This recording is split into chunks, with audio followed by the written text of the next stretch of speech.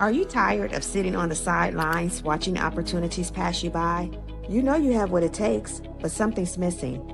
It could be doubt, confidence, or fear that you're not representing your best self. Whatever it is, it stops now. It's time to align your passion with your purpose and seize the opportunities that await you. I want to see you get back in the game. So join me and my expert guests as we talk all things image, branding, and a bit of entrepreneurship. So if you're ready to gain insightful tips, tools, and strategies to help you amplify your presence and define your impact for greater success, sit with us as we talk about it.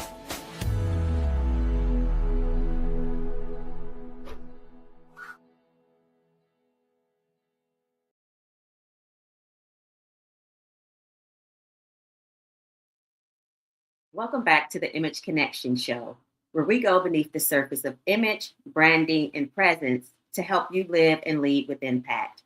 I'm your host, Jenny Dewberry, certified international image, personal brand coach, and consultant, and I'm excited to have you all sit here with me today.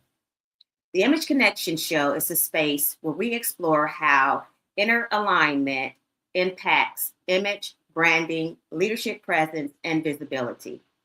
But before we talk about that, we need to talk about alignment, because image isn't just what people see, it's what people feel.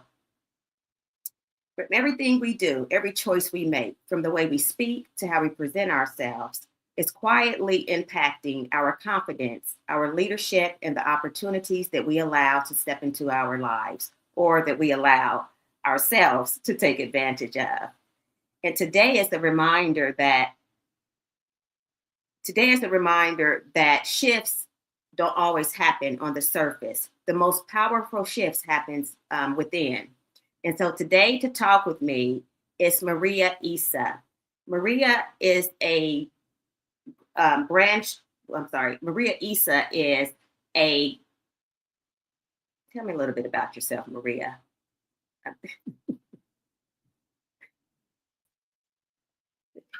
Hi, Jenny. Thank you so much. No problem. So I am a branding strategist, and I currently help professionals with embracing their what's next by supporting them and guiding them in transforming their expertise into assets. So it could either be a book or a framework or methodology that you want to share with the world based on your lived experience. Good. That was much better than what I could have done. So I No appreciate problem. It's a mouthful. it. Yes. And you've spent over a decade mastering this art of turning icons and items into their own brands. You've worked for Unilever, Colgate-Palmolive, and so now you're applying that same playbook to individuals. How Absolutely. how did you make that shift, and what made you make that shift from corporate branding and strategizing to the individual? So the one thing about being a marketer is that you always want to be curious. You're curious about the next step. You're curious about consumers. And I've always been that person where I always think about, okay, but what's next after this? I mean, we can all have plans, but then once you're done and you've achieved it, what's next? And I always felt that in corporate, there's certain things that you do to get to the next level, but what happens after that level or what happens beyond it? So I think I was in my middle management level and I was like, I don't know if this is what I want to do until I retire. Because I feel like I'm just going to be within just an industry. Yes. But my skills and knowledge could help a whole lot more people.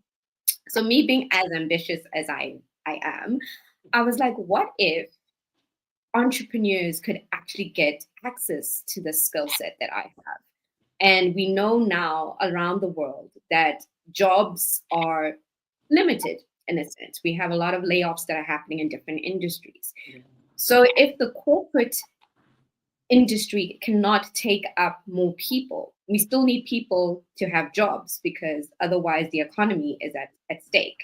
And I felt like if entrepreneurs could have marketing skill sets, then we could have, better businesses. They can employ more people because the future of the economy is actually based on entrepreneurs and not necessarily corporate. So I thought of it from that aspect in my young and naive days that let me jump ship and Mm-hmm. help entrepreneurs as much as possible. And as much as I was a marketer, because I was so ambitious and so, doe-eyed, I want to help everybody. It wasn't necessarily the best idea trying to help Mm-hmm. everybody, but I Yeah. guess that wisdom essentially helped me along my journey. Yeah. And that's how heart-centered people operate. We want to help everyone. And what that typically does, it works against us because we just can't. It's just We not can. possible to do that. Absolutely. Yeah. And so, yeah. So you left corporate, so that you can build your own legacy on your own. Yes. And you have a Yes. different take on legacy. Most people feel like the legacy is when we leave here. When we're gone on, we die, that's when the legacy begins. But you feel like the legacy happens while we're living. Can you talk about that? Yeah, so when I think, as you mentioned, we tend to engage with it from a point of, I am leaving something for my children. Mm-hmm. And I thought that was quite a finite way of looking at it, because even as we're seeing now, our children may not want to continue what we're doing. So that might end up, your legacy might end up just stopping there. But I felt like, why wait until you're not here? Why not transfer or transform what you know and skills to imprint or into influence, impact people while you're still alive? Because I feel that makes a bigger impact than saying, oh, I knew about this person because many years ago. Because to be honest, once you're gone, the likelihood of anyone remembering you is really small. I mean, look at, we've heard about artists, Van Gogh and them. They only really got famous after they were dead. True. They're not enjoying it. They're not seeing enjoy that. So exactly, they're not seeing the fruit of what they've done. And I'm like, but you would like to see, like, how are you impacting people? How are you influencing people? Mm-hmm. What can you give to this world? What is your purpose in life? And provide a space where your voice is heard and you can contribute. And I think that's such a far stronger legacy than, waiting until you're not here. I agree. I totally agree with that. Did you come to that idea through your neuroscience work? Because you bring that into that, and specifically mBIT or mBIT. Yes. Can you explain what that is? I'm not familiar with that term. Can you explain what that is? So I got introduced to this. As I said, coaching actually landed on my lap. I didn't go looking for it. It was after I had launched a book, and I was introduced to a lady who does neuroscience coaching. And she mentioned mBIT. I was like, oh, this is interesting. So mBIT is multiple brains integration technique. So ultimately, we all have more than one brain. The brain that we've all been accustomed to is the one in the head. Now that is in relation to logic. So that's where you reason. That's where our logic reigns. Then the next brain that we have is actually our heart. And that is in relation to connection, emotional relationships. Mm-hmm. Then the last brain, which is actually the first brain that was actually formed in our body, is the gut brain. And that is to do with intuition and movement. Mm-hmm. So multiple brains integration is about congruence, alignment of all three brains such that you're moving in wisdom.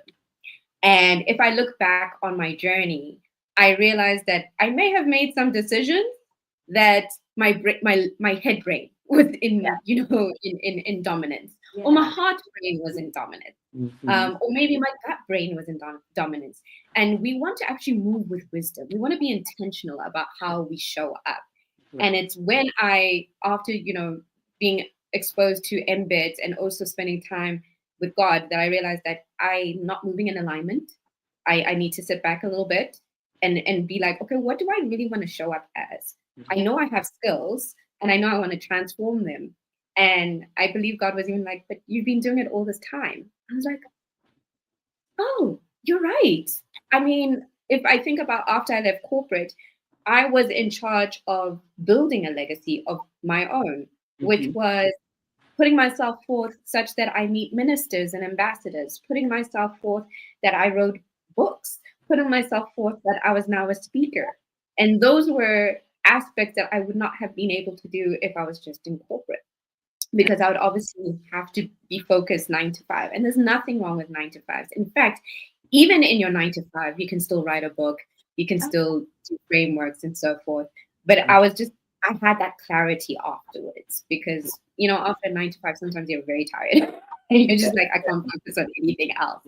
But in that time, that in the last couple of years where I was like, okay, what do I really want to do? And I'm like, well, I've been doing it. I just haven't had the name for it.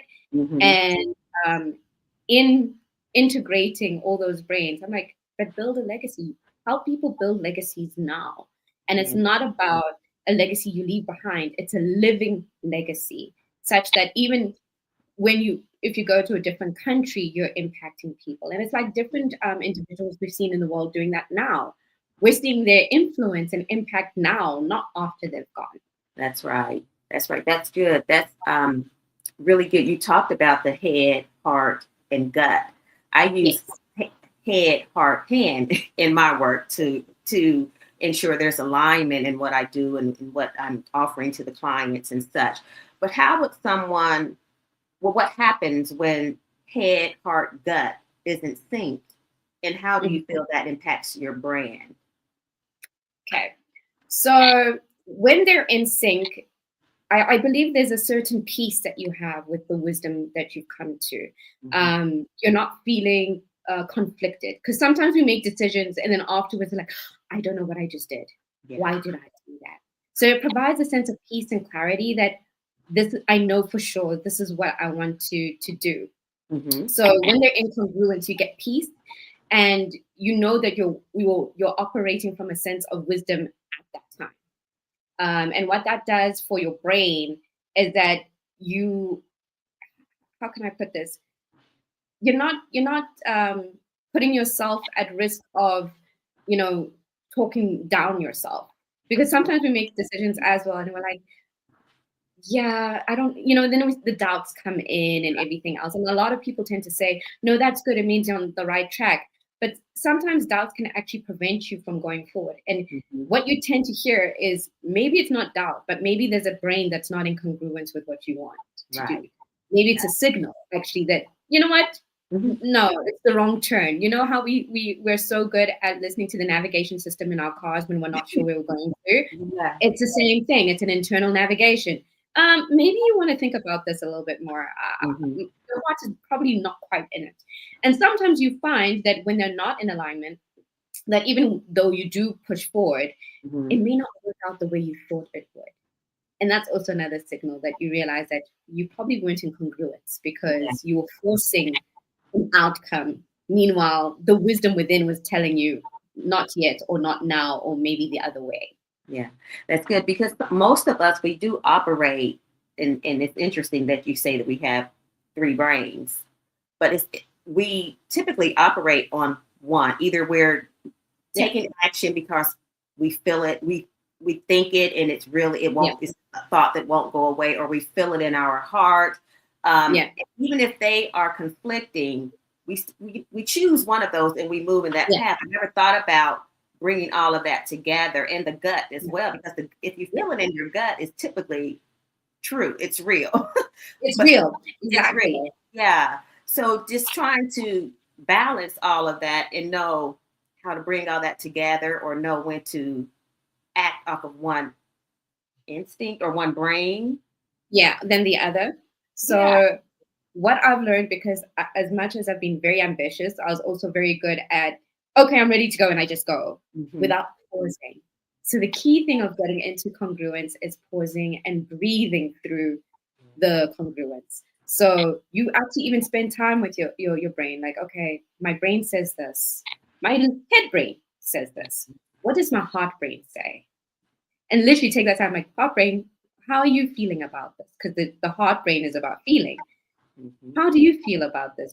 Does it sit well? Until you get to a point where it feels right. And when I say feels right, it's different for everybody. It's either peace in one point, or you feel butterflies, or you feel comfortable with the answer. Let me put it like that. You feel comfortable with that answer. The same with your gut brain. I know I've done a lot of things where I'm like, maybe I shouldn't have done it. And I did do it. And then I was like, but at least I did it.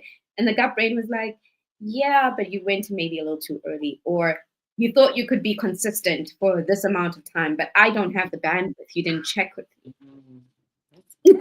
You didn't check with me. And sometimes that happens, right? Where you're like, I started it and I thought I could do it, but the bandwidth just, I'm hitting a brick wall. I don't know why I can't wake up in the morning and do this, because the gut brain's like, well, you didn't ask me if this is how what I thought about this, if this was the right thing to do.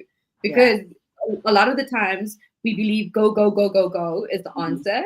That go, go, go is tends to be also from the head brain, like it's time to go. But the gut brain will tell you time to go, or maybe it's not time to go. Right. So and sometimes you want to listen to the I don't want to go, because the gut is fight or flight. Essentially. So the idea is to pause. Is to pause and try to give those brains space to align, or time to align, so that we're making the right decisions. And when we're talking about branding, because society, social media and such has pounded us with, you have to be seen, you have to be visible, you got to get out there while you're afraid, get out there imperfect, which I do agree. I mean, you do have to just take the lead. It's not going to be perfect. Perfection is a myth. We're going to make mistakes, and we are not for everyone. So everyone is not going to embrace what we put out there. But you mentioned that you take your clients from being invisible to unforgettable. And we hear that often, but what does that look like? And how do you see that show up in a transformative way? Yes. So when I worked in corporate, a lot of the strategies that we used in making a brand well known is giving that omnipresence feel, where it feels like this brand is talking to me everywhere. Yeah. So the way I use that same strategy with my clients, and it's not necessarily you have to look like you're everywhere, but it's more your messaging is aligned everywhere that you do decide to show up. Because sometimes a lot of people want to have one message on one platform and a different message on another platform. And that now creates confusion. So I tell my clients, my main aim is to make you unforgettable. And the best way to be unforgettable is to have a single clear message that the platforms that you decide to be on, and also you don't have to be everywhere. I know social media makes it feel like you have to be on every single platform everywhere. I've even tried, but again, you do not want to burn out. And it's very easy to burn out. Yeah. And that's when you also have to listen to your gut and be like, okay, gut, I know I want to be consistent on a platform for 90 days. I can't do all of them. Which ones are aligned to what I want to do? And that comes from also understanding yourself. Who are you showing up as, but who are you also showing up for? Because a lot of the times we want to think about ourselves, but we're not thinking about the people we serve. So if you want to be unforgettable, you're serving the people first. And that's how you become unforgettable. It's not about, oh, I've got this, I want you to purchase it. And this is, I'm the best person. It's more of, you have a problem. Tell me more about your problem. How can I stand in the gap for you with regards to that problem? So now it's a different conversation. And now the person will remember you, because now you're working from a place, as I said, like from heart. You're working from a connection point of view. So I take them through mBIT to make sure that they're also showing up with their wisdom, but they're also able to stand in the space and serve their clientele as well. Right. Yeah. And that they are still operating as themselves. And again, at the end of the day, people don't really care about what we think of ourselves. They care about how we make them feel and the results that they get when they are working with us. So, and then again, you mentioned about social media and being on all different platforms. You have to know where your people hang out, right? Exactly. So they're not on Facebook, then you don't need to be on Facebook. I go there, but I don't necessarily feel that that's where my people hang out. But you might get one, you might resonate with someone there. But again, don't feel like you have to be all things to all people and everywhere. Because again, that disconnection happens when you try to serve too many audiences, too many people, and try to be an expert in everything. So absolutely. I totally agree with you in that. And then when we were talking, or when I was reading over your information, you talked about how experts, we have everything that we need. Yes. All the skills that we need, and we just don't know how we don't have the systems to package it, and how Yes.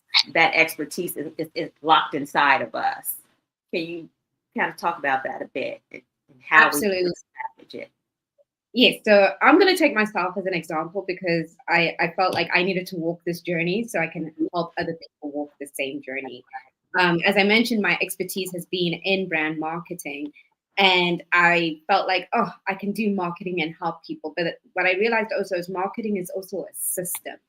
And within that system, you need to understand where everybody plays. So I learned that I needed to create a system for myself as well, such that I can serve my clients. And that's how I help them. So it's understanding from a product point of view, what is it that you're providing? From a proposition point of view, who are you and why should anybody care? Because there's a lot of people on this planet. And as you said, you can't serve them all. So who are you serving and why should they care about it? And I, as mentioned, if you're not solving a problem of theirs, you're just another person who's talking at them as opposed to talking with them. It's then understanding, the skill sets that you have. Maybe you may not necessarily want to stay within that skill sets, or you want to learn something new. And I provide a space for you to get clear as to what it is that you have that you want to share. Because it's so easy to get wrapped up on, I know how to do this, because we all know a certain skill and we're really good at it, but we may not have a view of other skills. And I must say, I'm going to toot my own horn here, is that from a marketing perspective, because I've been exposed to finance, I've exposed to operations and exposed to supply chain, I can bring forth that bird's eye view to say, okay, we may need to have something here to help us through this section of your expertise. We might need to get an operations person. How are your finances looking? Do you have a system in place here? Because that ultimately helps support you as opposed to overwhelm you. Right. And you don't want to just be someone who what you're doing is considered a hobby. You are a business in itself. You are a brand. So you want to operate like a brand. And that's how I assist people, by package them as a brand, essentially. Yeah. And so you take, like I do in my work, you take a holistic approach. It's not just, I'm an image consultant. Of course, I help people with styling, but we go so much deeper than that, because I want to make sure that I'm addressing all parts of you, so that when you do show up, you're showing up fully aligned, not leaving parts of yourself here or there, or feeling like you have to be multiple people, right? Right. You have to be authentic in whatever you do. Yeah. As much as we want to be multiple personalities, I know with a Shaka Khan, I'm every woman, I know. But, sometimes you shouldn't be. You really shouldn't be. And it's okay. It's absolutely okay, because again, burnout happens. You lose yourself in all of that. As soon as you find yourself, you're so excited about all these skills that you've developed and all these certifications or whatever it is, and you want to use it all. But then again, you lose yourself, and so now you're staggering and on the fence and sitting on the sidelines because you don't know where to begin. So what would you say to someone who has different areas of expertise, and there's so many that they could choose from, but they don't know which? Would you say that they should choose the first thing that they're the thing that they're most passionate about, and then as they become a bit more grounded in that, bring in other parts of the areas of expertise? What would you say to that? Ooh, that is a very good question, because I believe I'm also a multi-hyphenate person. Like I can, you put a task in front of me and I'll just get at it and do it.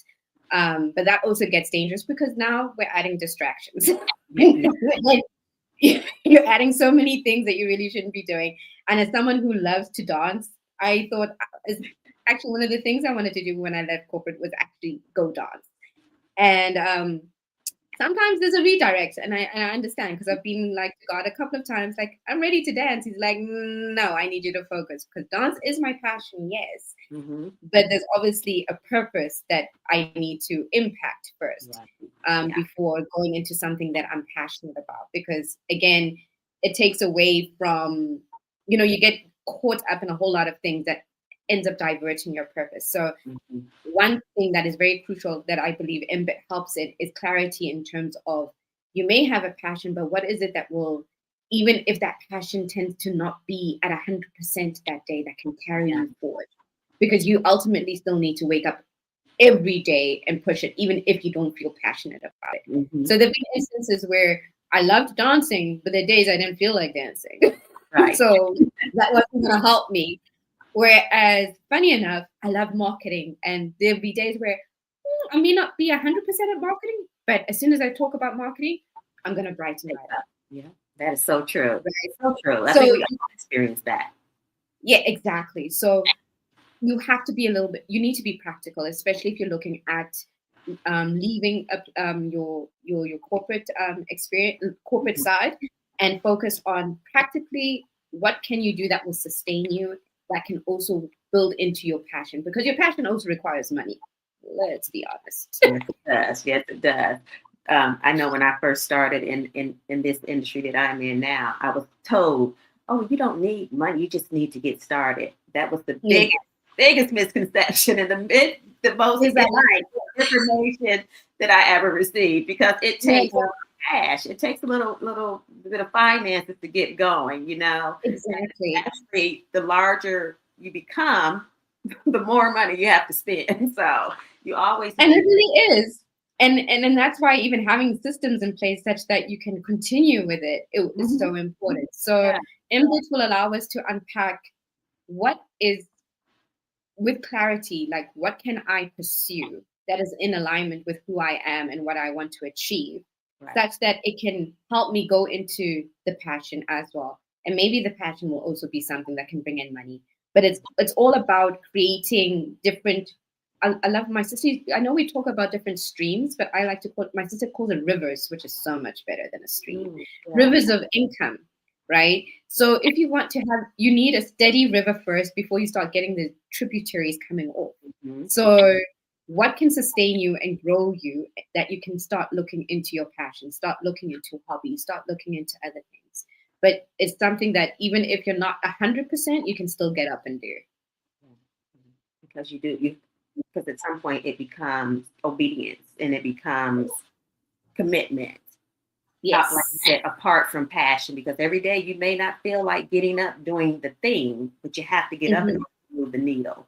So yeah, that's good information. Good information. What would you say to entrepreneurs that are maybe pivoting, or someone in leadership in corporate that wants to transition out of corporate into entrepreneurship, but they don't know quite where to begin, how to plan? And I know, do you know what they could do? Give them some advice on what they can do? Oh, yes, definitely. So one of the things I wish I had done, I did a little bit of this, but as a marketing person, you can never go wrong with research.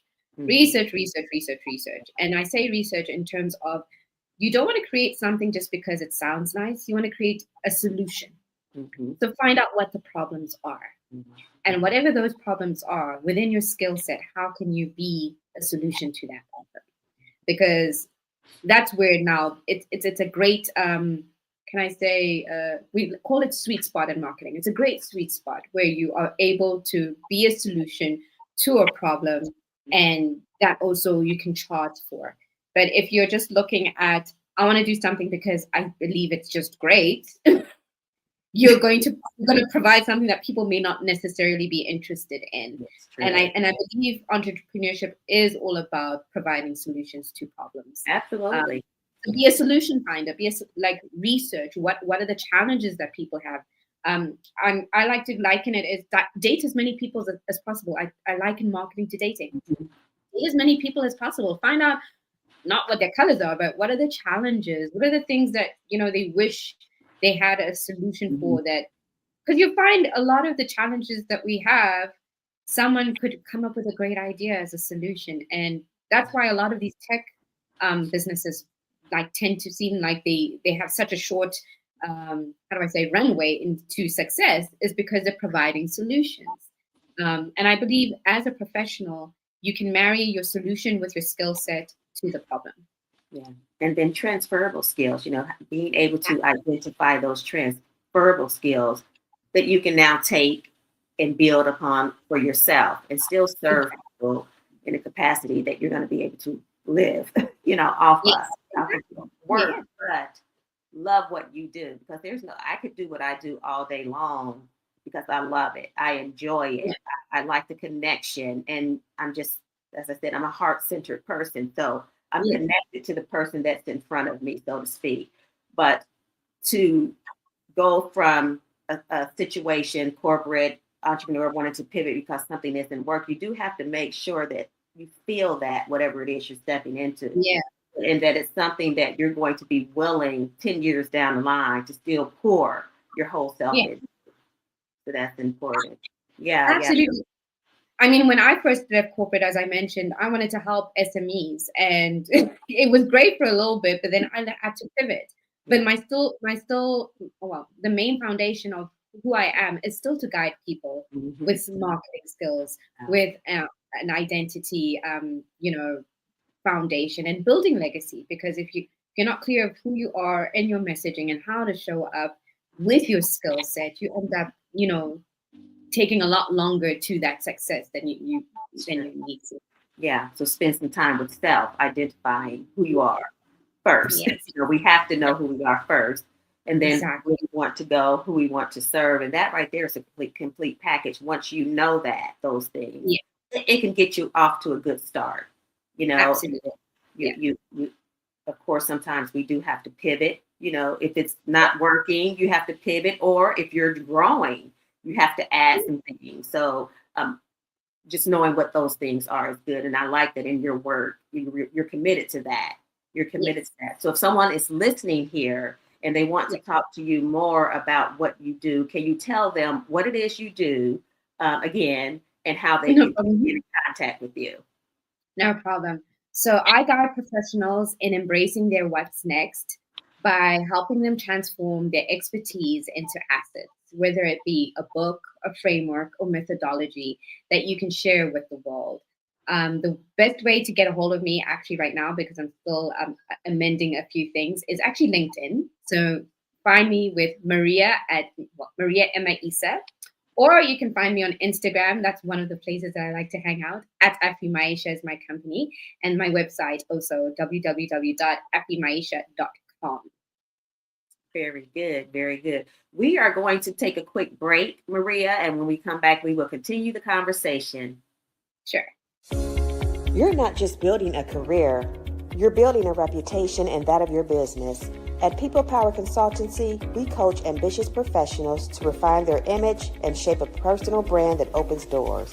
Because the way you show up is your message. If you're tired of blending in, second-guessing your presence, or feeling unseen, this is your moment to stand out with purpose and polish.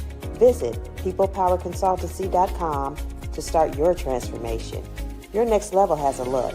Let's define it.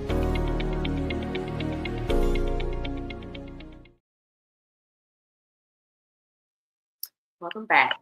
So Maria, you've covered a lot, and you gave some very insightful tips. We've talked about branding. We've talked about how to transition. Give us some insight on that from different roles into other roles. Can you discuss with me how what you do, or branding and neuroscience, how all of that impacts your image and your personal brand? If you could touch on that for me. Absolutely. So I'm going to use myself again as a case in point, because no one knows the journey when you've gone through it better. So if I think about the time before I even understood neuroscience, as I mentioned, I used to be like, oh, I'm gung-ho, I can just do this. And I was definitely head and gut domination. I've got an idea and then I'm just going to do it. And my heart was just like, okay, I guess I'm just going along for the ride. And what tends to happen though is that after a while, I start to feel despondent, and it feels like, and when you're despondent, how you show up, you're not showing up confidently. You are not, you just don't feel like you want to connect with people. There was a time where I actually just didn't want to connect with people because I felt overwhelmed. I felt drained, and it just felt like too much.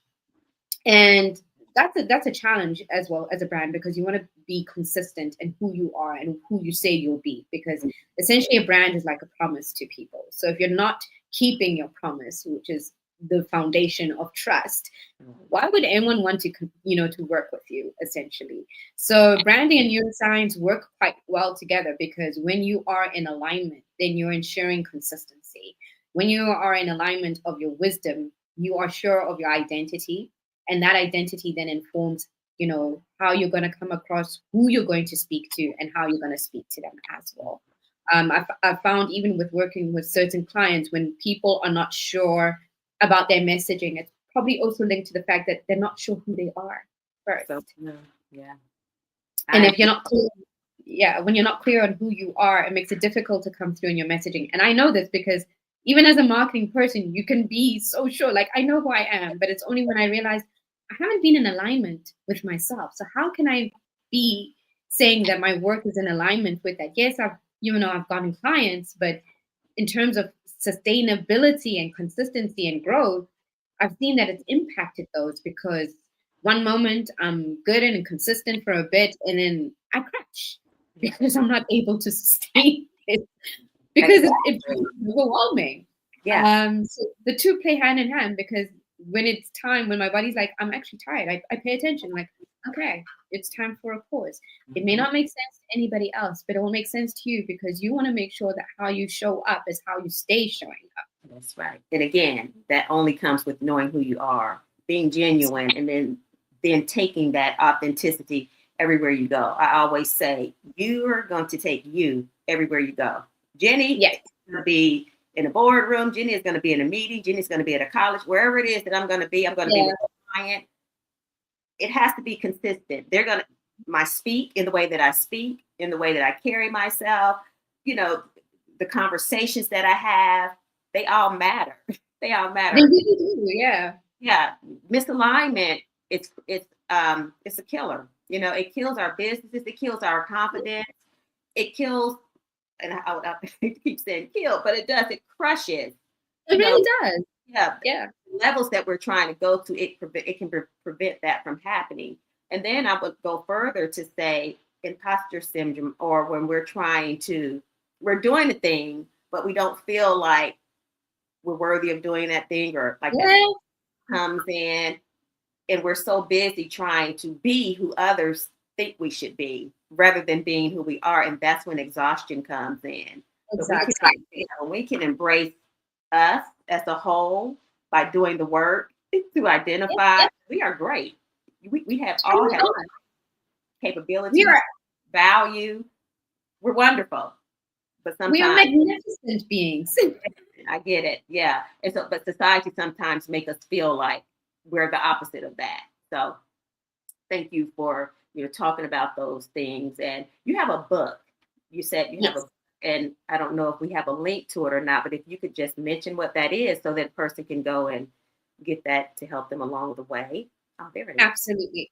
So I have a book that I wrote to provide professionals as well as entrepreneurs with a foundation for marketing, because sometimes we think we know marketing. Look, social media is a channel. It's not necessarily just marketing. Mm-hmm. And I wanted to distill a little bit of the experience that I had in terms of what big brands do, such that people can have access to that. So I wrote a book called How to Build a Bankable Brand.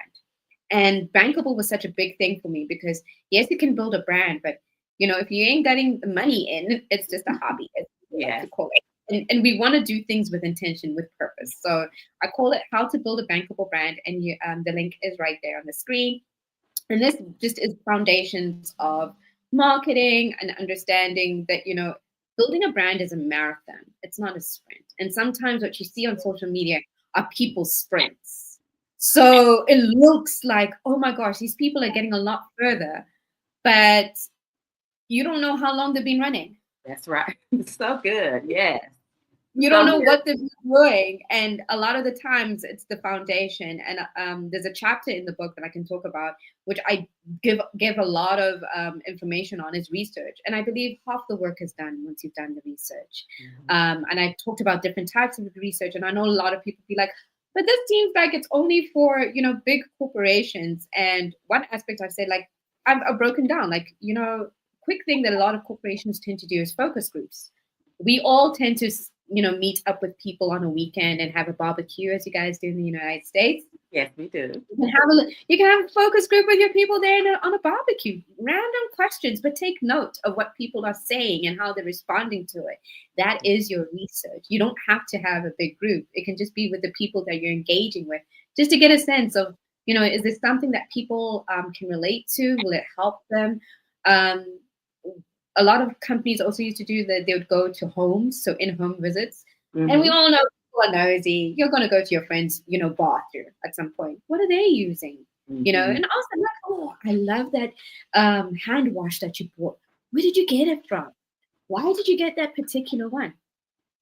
That's market research right there. So it shouldn't feel like it's intrusive. It's part of the conversation. And as I said, marketing is like dating. You're getting to know people. And it doesn't have to feel so formal. It can be really relaxed and getting in front of people and understanding why they do what they do. It's psychology, essentially. Yeah. I agree. Is this my person or is it not? Does this feel good? Does this feel aligned or not? Should I move on or should I give it a little bit more time? So yeah, it really is all interconnected. It's interconnected. If anyone in the audience have a question, feel free to put it in the chat and we will address it if you do. If not, then I wanted to say, you talk about organizations or corporations and branding. When I first started getting into the image consulting industry, my mentor and coach, still mentor, she said, well, just like big businesses market themselves, you have to market yourself the same. She told me that, and at the time I didn't really understand because, of course, I'm green at that moment. At that time, I really didn't know what I was doing, but I understand it more today than I ever have before. Because again, I've grown in this industry. I've grown in my area of work expertise, and so I do understand the power in marketing, the power of being seen and being visible, but also being believable, credible, and aligned. I think all of those things are important, not to just get out here and copycat, be your own person, be your own marketing brand, be your own brand again. So that comes with identifying yourself and what the business identity is as well. Yes. Maria, you have given us such great information today. Is there anything else that you want to add for our listeners? If they were when you give me your book, you have any more resources for them or anything you'd like to add? Well, I would like to encourage your listeners to do not be afraid. It may seem quite daunting, but it can actually be really fun. I've been asked on my journey, would I stay an entrepreneur? Would I ever go back to corporate? And I always respond with a resounding no, because the amount of growth I've experienced on my entrepreneurship journey, I cannot even put that compared to corporate. And that's because I kept pushing myself. And you push yourself because you're doing something beyond just for yourself. You're doing it for other people. You're serving others. So I would like to encourage everyone not to be scared. If this is something that you believe you want to, find out more about, by all means do so. And feel free to reach out to me. I wouldn't mind having a conversation, a coffee date, as I like to call them. And we can date each other a little bit, bounce some ideas, because, we are here on this earth to do great things, whatever that may be. And like I've even said in my book, there's someone somewhere out there looking for exactly what you have to offer. Right. Yeah.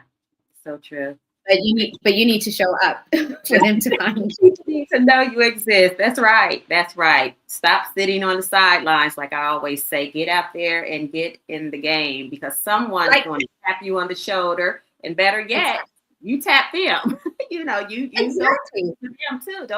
You can't be quiet and shy and bashful in business. You just can't. You'll never go to the next level. You have to be a little bold. Even for me, I'm somewhat of an introvert, but I know that if I want business and if I want my business to be sustainable, I cannot sit in the corner and be quiet. Get out. No, you cannot. Yeah. And I understand being an introvert, because a lot of people, when they meet me, they think I'm an extrovert. I'm like, actually, I'm quite an introvert. I get a lot of satisfaction being by myself. I like to read. I like to research. I find myself researching at all hours of the night because it just builds me up.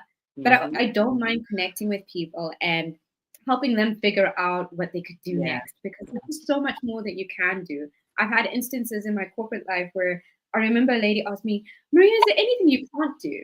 And I'm like, I'm not sure yet. I haven't tried everything yet. And then it was only when I realized recently, well, God's like, no, you can do all things through Christ. And I'm like, that is true, actually.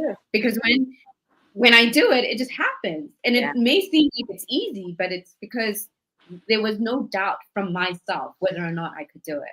Exactly. That's what I was going to say. You believe that you could. So you have to believe it. And when you do believe it and you're truly grounded in those beliefs, it happens. Yes. Because you're not second guessing. You're doing and you're waiting for the result. So exactly. That's good. That is so good.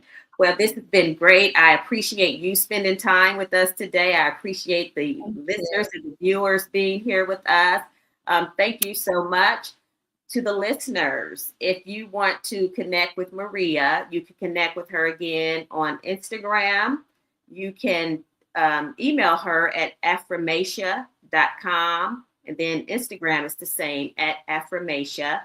My name is Jenny Dewberry. I'm a certified international image consultant, brand strategist, coach, and consultant. And if you want to learn more about me, you can, of course, connect with me at peoplepowerconsultancy.com. You can find me on LinkedIn as Jenny Dewberry. And if you're watching on YouTube, please subscribe. I appreciate that as well. And if you want to become a partner with the show, email me at info@peoplepowerconsultancy, and we can make that happen. Your partnership helps me to continue this show so that you can get insightful information like this week by week. Again, I appreciate you joining us today, and I hope that you will tune in again next week as we talk about all things image, branding, and presence. Until next time, be intentional, lead with authority, and show up as your best self in every room you enter. Take care. Thanks for tuning in to the Image Connection Show. We truly appreciate you being here. We hope you'll join us again. And don't keep it to yourself. Invite a friend to tune in too. If you're ready for more insightful tips, tools, and strategies to help you enhance your image, brand, and help you on your entrepreneurial journey, this is where you want to be. Until next time, keep showing up with purpose, presence, and power. I'll see you next Wednesday at 10 a.m. Eastern Time. Take care.